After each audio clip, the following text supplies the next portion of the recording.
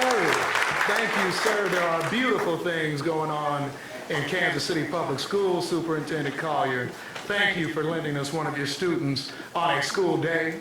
And I hope that he can get a permission slip to be with us. Thank you, sir. And thank you to City Council for being with us today. We have not had an in-person State of the City speech since 2020. And a lot of things have happened since then. A lot of things have occurred. But if we look at where we are, where our city is, I'm proud of where Kansas City is today. I'm proud to stand and work with all of you. And today we'll have a chance to talk about our steps ahead to build a better and brighter future for our city. I want to thank Children's Mercy for having us here today. Ms. Coombs for emceeing, thank you. And other Children's Mercy Hospital executives and staff joining us in the audience for leading this organization and ensuring our community is at the forefront of the most innovative and exceptional health care for our children. Displayed on the outside of this building, when lit at night, are beautiful and colorful DNA sequences of those confronted with rare, challenging, but survivable diseases. The lights represent the hidden genetic codes that scientists have to crack each day in order to find diagnoses and cures for childhood illnesses. Those lights give a sense of hope to those still looking for a cure and inspire Children's Mercy researchers to continue their work to save and improve lives of thousands of patients each year. There is incredible work happening inside this building at this very moment today and every day. And we are grateful to you and all of our researchers who do this work. Let's give them a round of applause.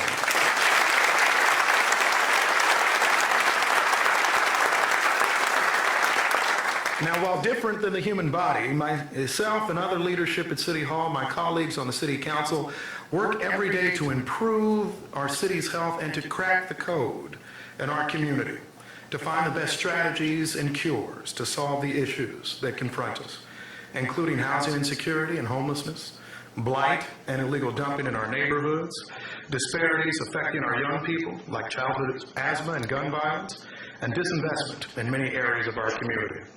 Cracking Kansas City's genetic code plays a major role in how well the city functions and our quality of life. And we are here today because we have 4 more years to get it done, to ensure the DNA of Kansas City is strong, healthy, resilient, and successful for generations to come. And in this moment, we have done a lot of good work. Kansas City is on fire. Not literally, Chief. We're just on fire in a figurative way. 2023 was an exciting year. The Kansas City International Airport Terminal opened ahead of time and on budget. We continue to break passenger records, and we continue to add more flight destinations for travelers. Continuing a dream that seemed unimaginable for many of us who grew up in Kansas City, the Chiefs will play in their 4th Super Bowl in 5 years on Sunday.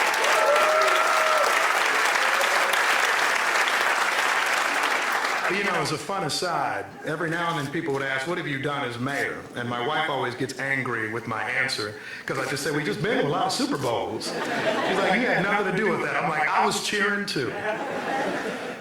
The eyes of the world will return to Kansas City this March as the Kansas City Current bring a new and exceptional, dedicated women's professional sports facility to the Missouri River, cementing Kansas. Yeah, let's give them a round of applause.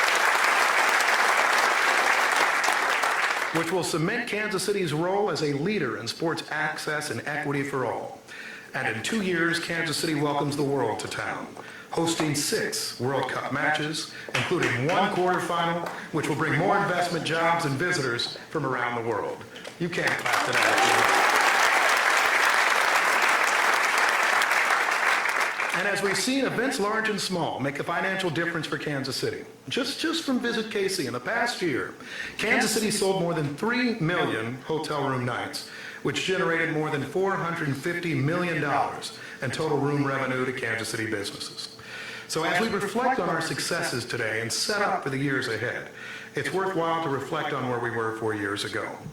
As you all know and remember, just as we were taking down the banners of our first Chiefs Super Bowl parade in 50 years, we were, as a community and as a country, as hospitals, as schools, and as a city, confronted the COVID-19 crisis.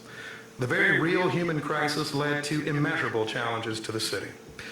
In late 2020, to take you back down memory lane, City Hall faced a $70 million budget shortfall, leading to the shuttering of vital city services, ongoing disrepair for our roads and infrastructure, and woefully low pay for too many of our city employees.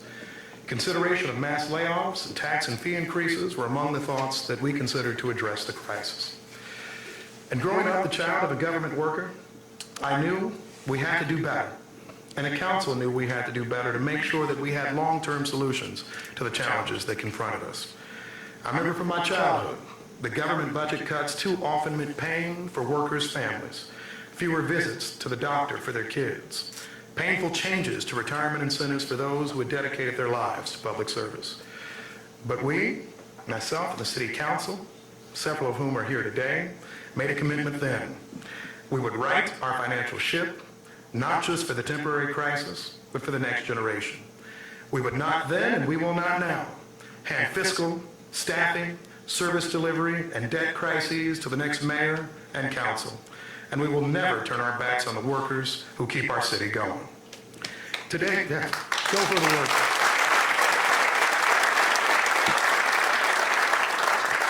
Today, I'm proud to say we are in Kansas City's strongest financial position ever, with a record high rainy day fund balance, strong credit ratings, and we have reduced unnecessary spending, taking on fewer risky debt obligations, and improving the delivery of important city services across our community. To the city manager, the finance director, the budget director, to the finance chair, and so many others, thank you for making sure we could be in this position today.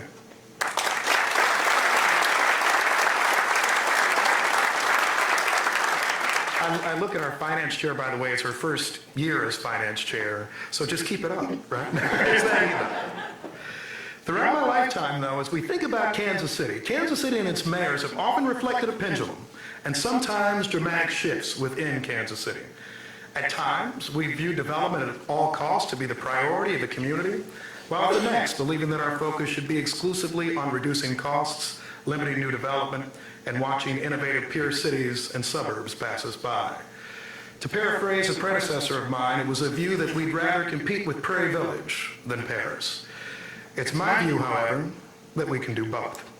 Kansas City today is proving how successful we can be at delivering services that our residents expect and deserve, while also building a city that welcomes events, investments, and visitors from around the world.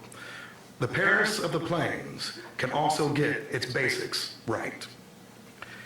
Due to our strong and responsible fiscal management over the past 4 years and outstanding work, not just from our city manager, but our director of public works, Kansas City this year will purchase and deliver 170,000 trash carts to our residents in every single district, moving on from those plastic trash bags on the curb y'all been complaining about for years, reducing dumping, and making our city cleaner. Thank you, Director Shaw, and all who've been a part of it.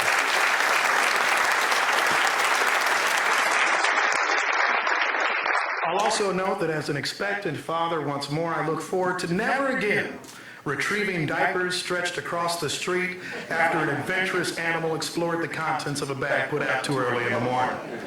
Our trash cart program follows the delivery of 162,000 recycling carts to Kansas City residents in the past year, reducing the waste going to our landfills. And let me pause here. For those of us who grew up in Kansas City, for those of us who have been here for a while, there are a lot of people who said we can't get it done. We can't do it right. We will deliver more than 320,000 pieces of equipment to the people of Kansas City. This is what our city is delivering. This is Kansas City today, and I thank you, our staff, our leadership, and importantly, our city council for making sure it could happen. Also, due to our strong, responsible fiscal management over the past 4 years, every single Kansas City employee will get a raise this year to outpace the rate of inflation and to ensure we remain competitive as an employer and respectful of the work that thousands of our city employees do each day. Due to our strong and responsible fiscal management over the past 4 years, Kansas City will, by the end of this year, have funded through our new Affordable Housing Trust Fund, which, by the way, I got to be a little part of, but it's thanks to our council and our taxpayers. Our Affordable Housing Trust Fund, by the end of this year, will have helped develop more than 1,800 units giving new homes to an estimated 4,000 Kansas Cityans searching for attainable and affordable housing.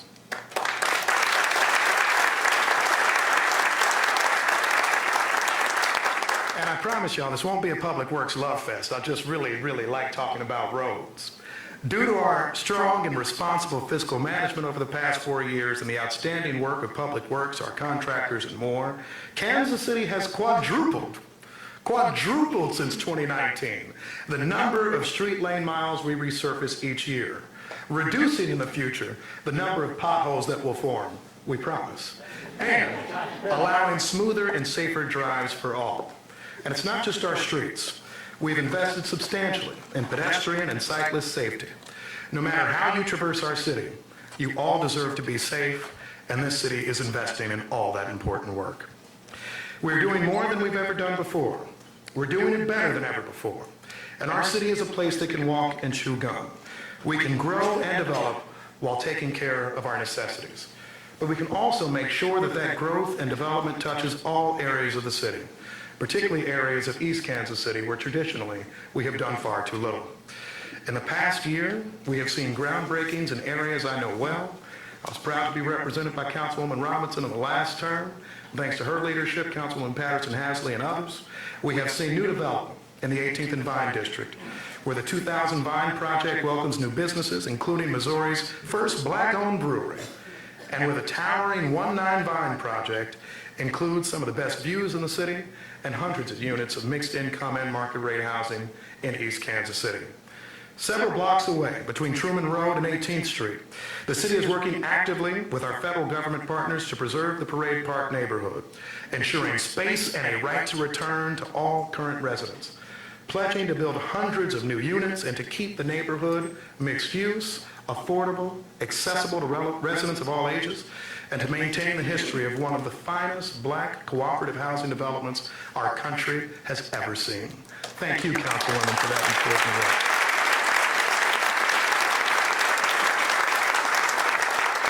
Further south, I joined my colleagues, the Mayor Pro Tem and Councilman Curls, a few weeks ago for a groundbreaking at 63rd and Prospect, the South Point development. Most Kansas Cityans under the age of 40 cannot remember a time when there was development or even a physical structure on the northwest corner of 63rd and Prospect, or new development on one of the most important arteries in our city between 55th and 63rd Streets. The next several years will usher in new housing, a hotel office development for Southeast Kansas City in areas that have been overlooked for far too long. And this is something that I care deeply about. I remember being on the corner of 63rd and Prospect when I was a young man, when they were working on the 71 highway project. And I asked somebody, I don't know if it was my mom, it was somebody in the family, what are they doing right there? The answer was, well, they're digging up and figuring out a faster way downtown. And I remember saying, how is that any good for us? Thanks to the leadership of this city council, our Mayor Pro Tem, Councilman Curls, and others, we can answer why it's good for us. We can make a difference on Prospect, on 63rd Street in Southeast Kansas City, and a difference for everyone in our neighborhoods. Thank you all so much for that leadership.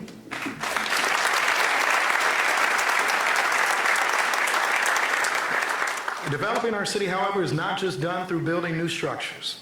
In the year ahead, the city, working with our federal partners and the Ivanhoe Neighborhood Council in the 3rd District, will dedicate $1 million to mitigate lead in soils of vacant properties in the neighborhood and to prepare property for the use of infill housing.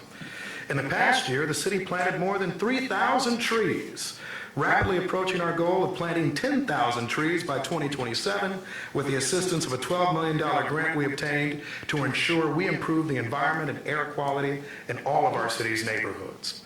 And recognizing that growth is important for our city also means we must find ways to make it easier to do business and attract talent in Kansas City.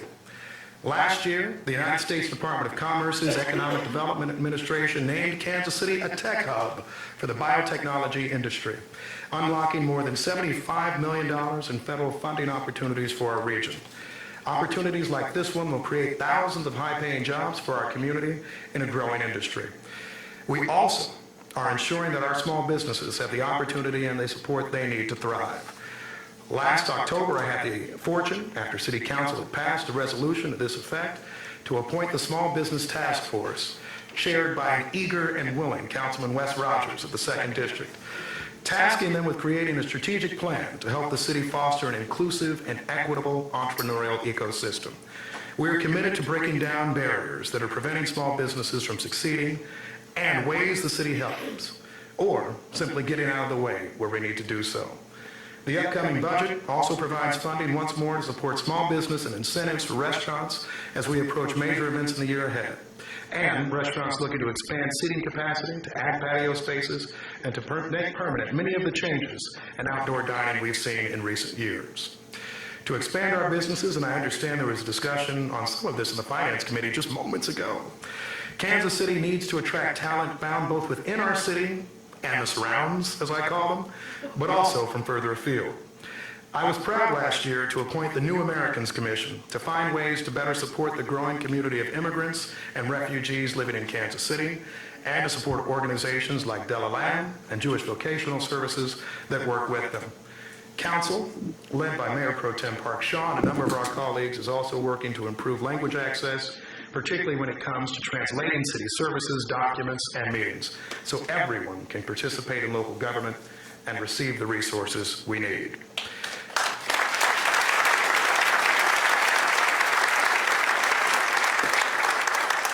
Our next budget addresses not only language access, but also ways we can ensure that those arriving anew in our community and perhaps our country can find work, education, and healthcare resources that will help them succeed while here. Kansas City does not control our nation's immigration policy.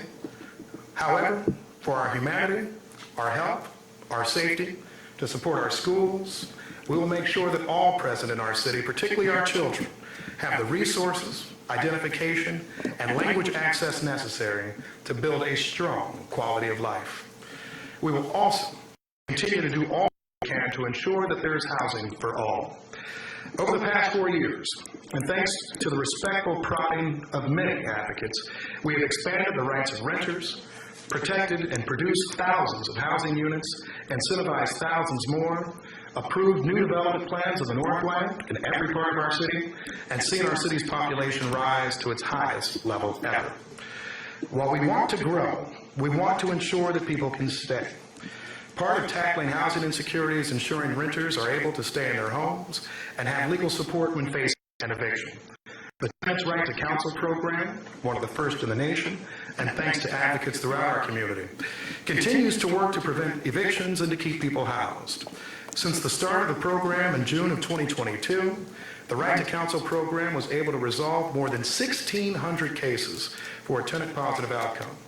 That's more than 1,600 Kansas Cityans, at least, many of whom, of course, have families, who are now able to stay in their homes and off the street.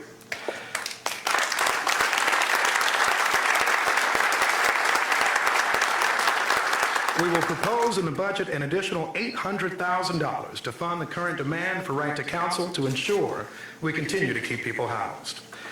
We'll also continue our work to diligently ensure the estimated 2,000 homeless Kansas Cityans have a safe and stable place to lay their heads at night and ultimately are able to find homes off of our streets. During the recent cold snap, we served more than 30 individuals, totaling almost 10,000 bed nights, dangerous winter weather, and off the streets. Thank you to Blaine Proctor, our Director of the Housing Department, Josh Hinges, Director of Homeless Services, Assistant City Manager Zachowitz, and all who have been part of that effort. There are differences on how we may solve our homelessness issues long term, but I believe that all agree that we all deserve homes, support, and a pathway off the streets, no matter where they live in our community. So today in Kansas City, 4 years after 2020, where do we stand? We have our highest city population ever. We have billions in expected development over the years ahead from the river to Brush Creek, including new potential ownership of the Country Club Plaza. We have completion of the Kansas City streetcar expansion just over the horizon, an evaluation of east-west expansion that can run from the VA hospital to KU Med. Thousands of new residential units and population growth in Kansas City North, and thank you, Councilman O'Neill, for continuing to bang the drum of development of the Northland and our need to help support it. We have resurgence of neighborhoods and focus on hard-to-do developments like Independence and Hardesty, the West Bottoms, and the aforementioned 63rd and Prospect. Last year, thank you to our chief, the Kansas City Fire Department welcomed the state's largest and most diverse class of firefighters in our history. Thank you, Chief. Thank you, KCFD.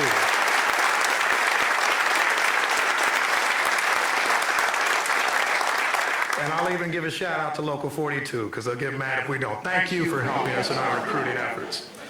We have better pay and benefits for our workers, the best service delivery such as snow removal, code compliance, thank you Forrest Decker, street resurfacing, and 311 responses in the city, at least in my lifetime. We're going back to the Super Bowl. We have famous artists visiting us all the time. This is an outstanding time to be in Kansas City. And I'll note one other thing. I've served on City Council for 8.5 years. It has been a tremendous blessing, and I love everyone that I've had the opportunity to serve with. But there's something special about this group, if y'all haven't noticed. They get along. They work together. We're innovative. And I thank you all for all of that outstanding work.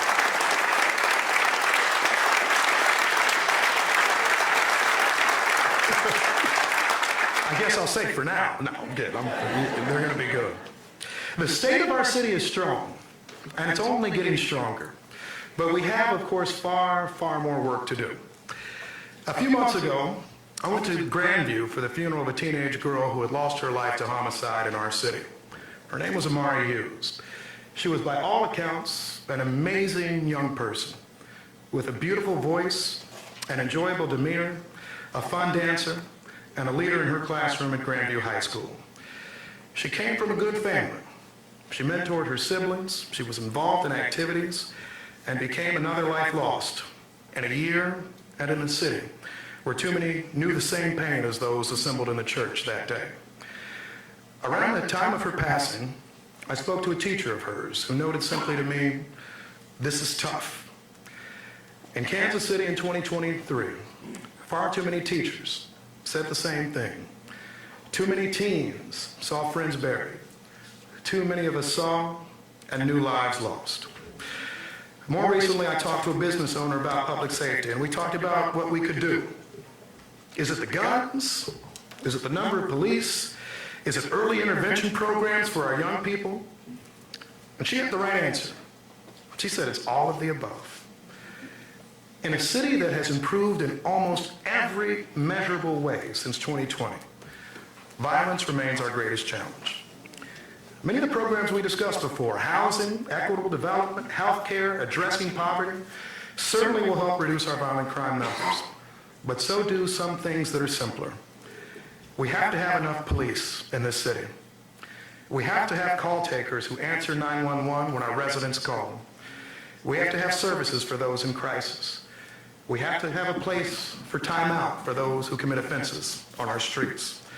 And we have to speak to our young people before they resolve disputes with violence. And we, as leaders and as adults, have to show a path of collaboration in how we address our issues. Sometimes I joke about 2020 with a heavy dose of truth that actually I forgot everything that happened in 2020 after about the February Chiefs Parade. Because as you all may remember, after that point, through pandemic and protests, we saw battle lines form that for years after defined how we would respond to our homicide epidemic in Kansas City and in other American cities. What many along the way forgot was that we all were on the same side. I never want to go to the funeral of a teenage murder victim again. Our police never want to work the scene of a preventable tragedy again. We all want our families to be safe during a day out in Kansas City. And lawlessness and shootouts in the heart of our city have no justification and will never be tolerated. In this year's budget, we worked to collaborate more than we ever have in my 8 previous years in office. Our budget proposes that the city fully fund the Kansas City Police Department personnel request and indeed exceeds the Kansas City Police Department's submitted personnel budget request, proposing pay raises for all officers and a $15,000 or 30% increase in starting salaries from $50,000 a year to $65,000 a year for Kansas City police officers.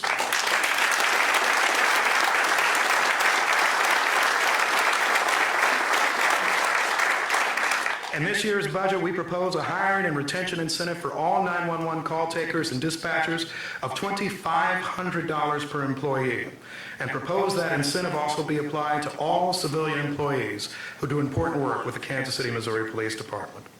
I also call on my colleagues on the Board of Police Commissioners, and thank you, Commissioner Kramer, for being here, to continue to do the important work of a salary study, to make sure that we are paying competitive wages for everyone who works with KCPD, to ensure that no one ever in the future has to wait on hold when calling 911 and facing potentially one of the greatest emergencies in their lives. Police officers, call takers, and dispatchers have uniquely challenging jobs, and their reward should be more than our thanks. Our budget proposes the most aggressive salary increase for police in more than a generation, and we hope and expect that the Board of Police Commissioners will ensure that that money goes only to salaries, not contracts, to people, not professional services, and that we remove any need for any late-year budget transfers to cover other operational expenses. Much has been said about legal and political debates over state-mandated funding and a lack of control, local control of our police in Kansas City and no other major cities in Missouri or in our country. And let me be clear, I'm not changing that much. My view on the rightness of local control, self-determination for Kansas Cityans, and accountability to the people of Kansas City remains. But while our discussions can persist in courtrooms and legislative chambers, we have to provide all tools available to make our community safe. This year's budget proposal for the police exceeds the state law mandated amount Kansas City is required to give to the police department. This year's budget proposal does not address all of our long-term fiscal challenges that the city and the department will have to address in future years. This budget proposal, however, recognizes the central role of the police in addressing our public safety crisis. Our recommendation and my faith are based in no small part on my confidence in the woman leading our police department, Chief Stacey Graves. In a little over a year, Chief Graves has shown a refreshing willingness to enter any room, consider any creative idea that will make Kansas Cityans safer, and to support the women and men of the Kansas City Police Department in so doing. And we expect a lot from our police. We thank you, Chief Graves. We thank you to the command staff and all of our officers for being strong partners in that endeavor. Thank you, Chief Graves.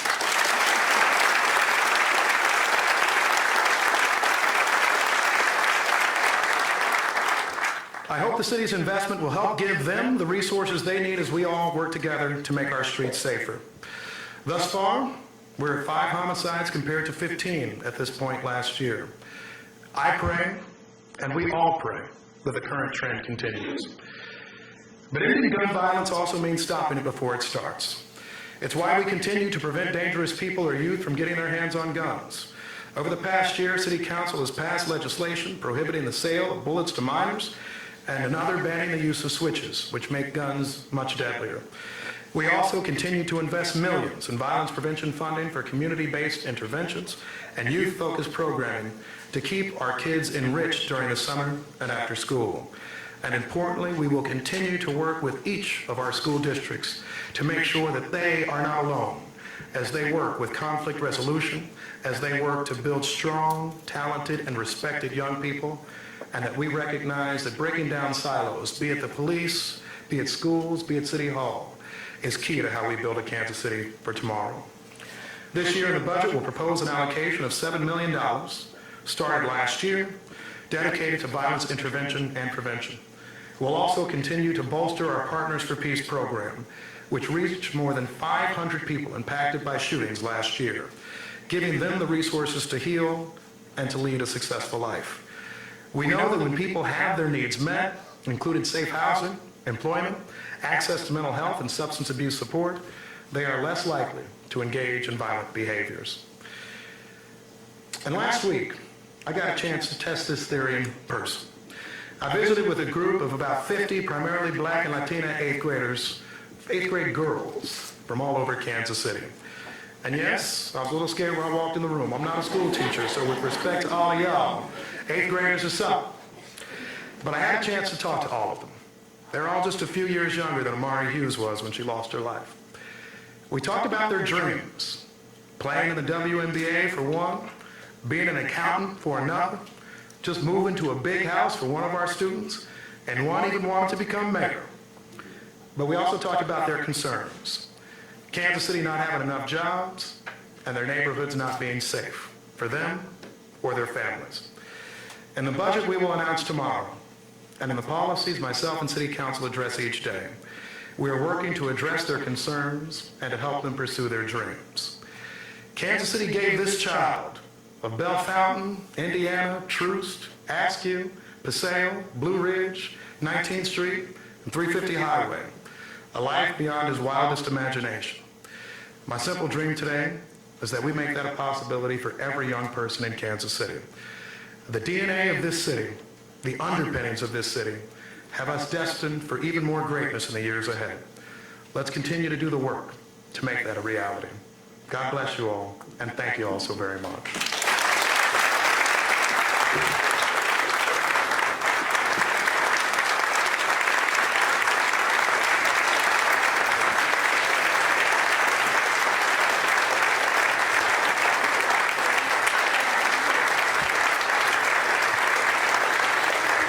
Please remain standing while the honor guard recovers and retires the colors.